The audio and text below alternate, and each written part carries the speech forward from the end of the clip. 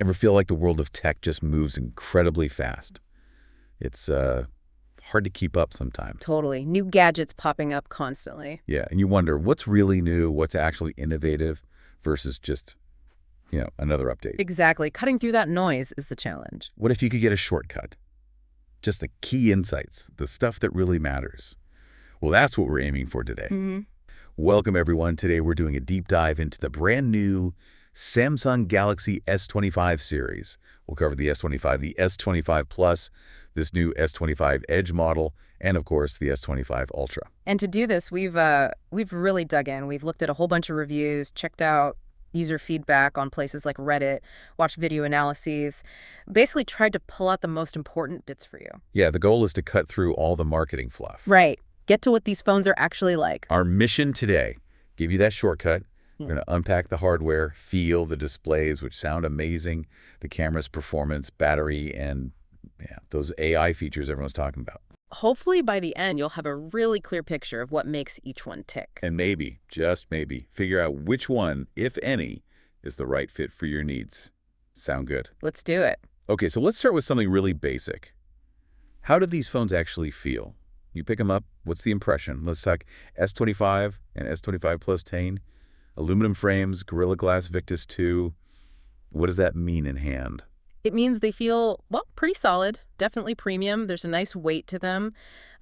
Feels like quality engineering, Okay. But what's interesting is how Samsung really differentiates as you go up the line. The S25 Ultra is where they pull out the stops, titanium body. Right, like the iPhones. Exactly. And it uses Gorilla Glass armor, too. This isn't just for looks, it's about serious durability. We're hearing it can potentially survive drops from around, 2.2 meters? Wow, okay. That's pretty high. It's impressive. Plus, you notice the slimmer bezels on the Ultra. We saw one Reddit user describing the display as just fantastic after a win, and specifically calling out the sunlight legibility as impressive. So it really seems to make a difference. Okay, and then there's this S25 Edge. Ultra-thin profile is its whole thing, right? Yeah.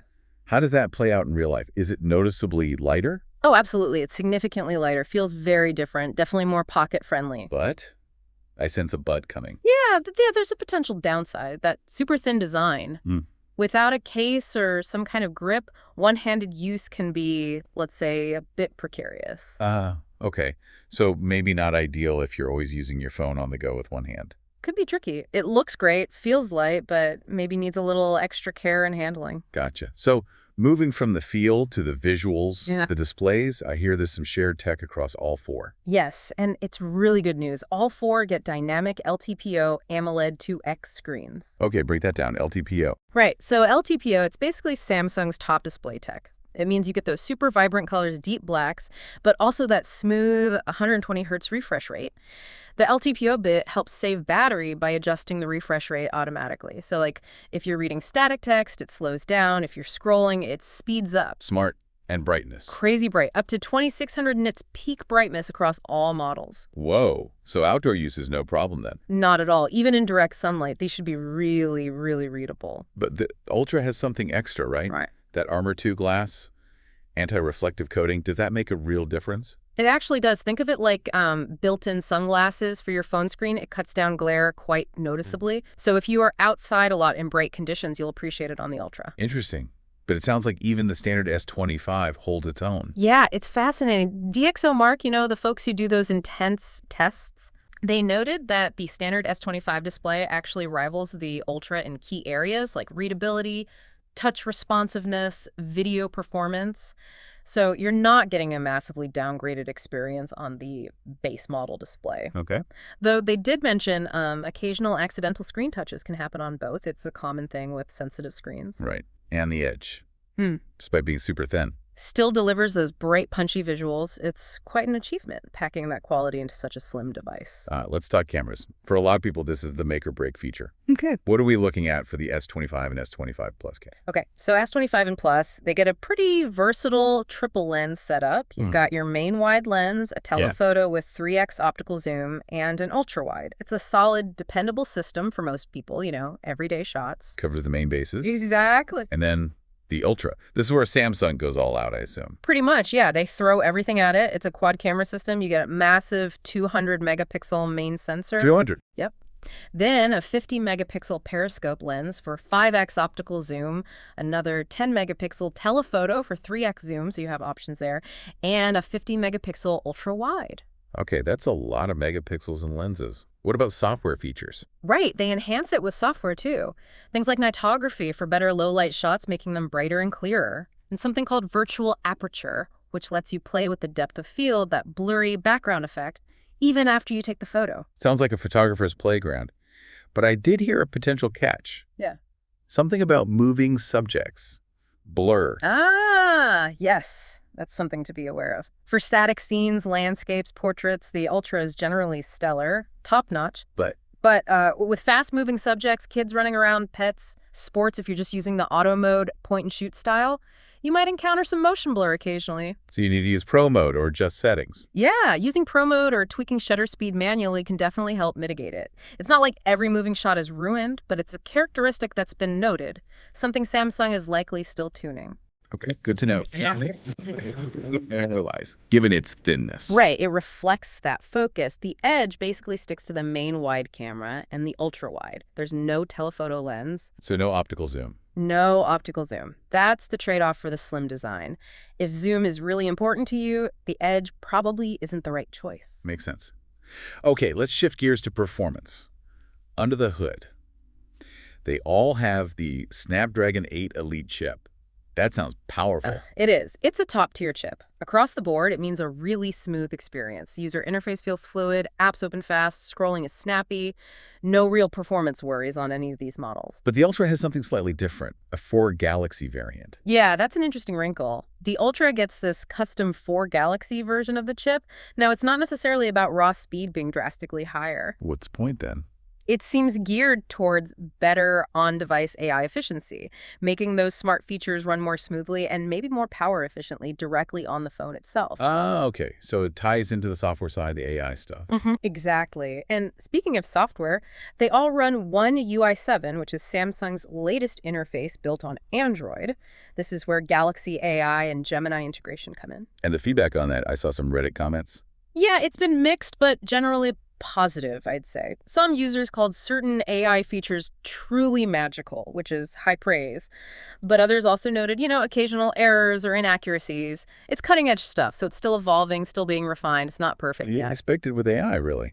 Okay, power. Let's talk battery life and charging. Yeah. What are the capacities? All right, so the standard S25 has a 4,000 mAh battery. The S25 Plus gets a bump to 4,900 mAh. The Ultra packs the biggest at 5,000 mAh. And the Slim Edge has, understandably, the smallest at 3,900 mAh.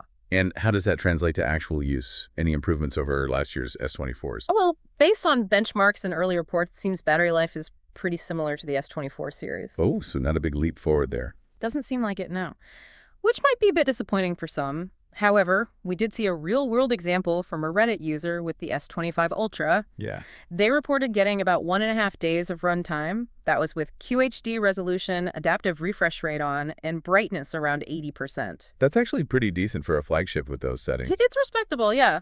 Still good endurance on the Ultra, even if it's not a huge generational jump overall. Okay, and charging speeds. Yeah. And the big question, charger in the box. Right, so charging speeds. The Ultra supports up to 45W wired charging, which is, okay, faster than the others. But not the fastest out there. Definitely not. Some competitors are pushing 100W or even more. The standard S25, the S25 Plus Mid, and the Edge are all limited to 25W wired charging. 25W feels a bit slow these days for a flagship. It's adequate, but yeah, not impressive. And then the answer to your second question, nope, no charger included in the box for any of the S25 models. Ugh, still doing that. Still doing that, so you'll need to buy one separately if you don't already have a compatible USB-C PD charger. Factor that cost in. Good heads up. Okay, so we've covered a lot of ground. Let's try to pull it together. Pros and cons for the S25 series overall. What really stands out as a positive? Definitely the displays. Stunning, super bright OLED screens across the entire lineup. That's a huge plus. And for the Ultra specifically, that top-tier durability with the Armor 2 glass and the titanium body gives you real peace of mind. Okay, what else? The AI features, powered by that Snapdragon 8 Elite. Galaxy AI is genuinely impressive. Even with a few early hiccups, it adds real intelligence. Right, and the S Pen.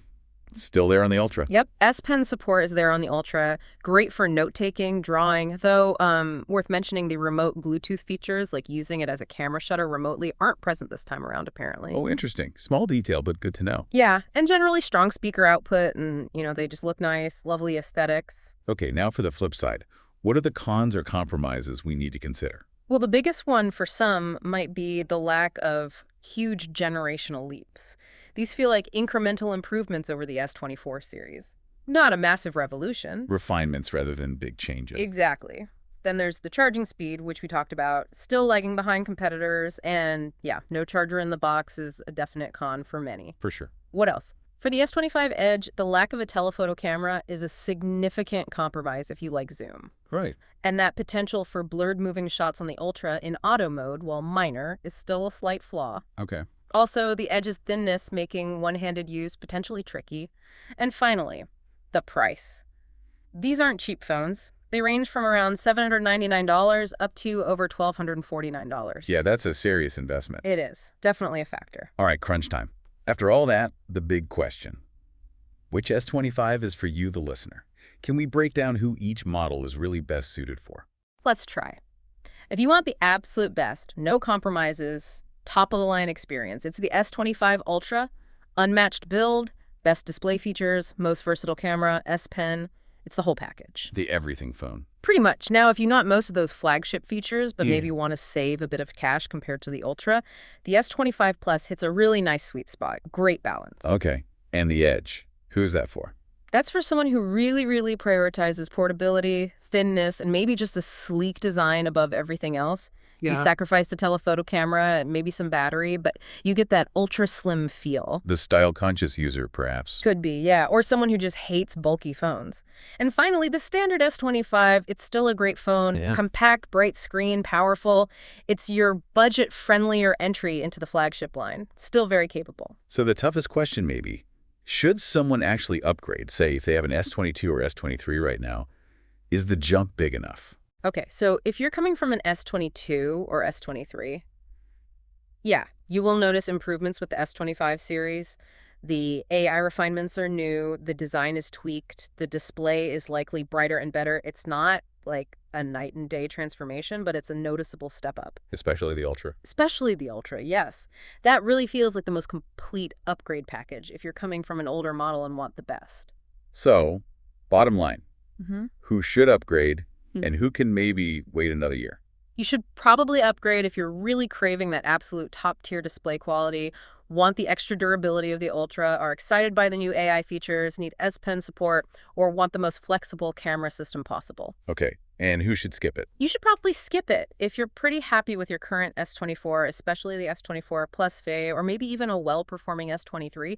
The differences this year are largely incremental, and specifically if you were hoping for big leaps in battery life or much faster charging, you won't find them here. Gotcha. So the S25 series really excels in display tech, the AI smarts, and just refined hardware. Definitely. But outside the Ultra, which aims to do it all, the other models involve making some strategic choices, some compromises, depending on what you value most. Right. Well, as we wrap this up, it's clear, isn't it? The S25 lineup offers some truly incredible screens, some clever AI. The Ultra really does stand out as that complete top-tier option. For sure. But like you said, the other models are making specific trade-offs for different kinds of users, different priorities. And it does make you think, with these upgrades being more incremental lately, Yeah. what does that say about where smartphone innovation is heading? Are we kind of hitting a plateau where those huge leaps are harder to come by? It's a really interesting question. How will manufacturers keep things exciting, keep enticing people to upgrade when the changes feel smaller year on year? What's the next big thing? Something to ponder. Definitely. Hopefully this deep dive gave you a clearer picture and helps you think about what you really prioritize in a phone these days.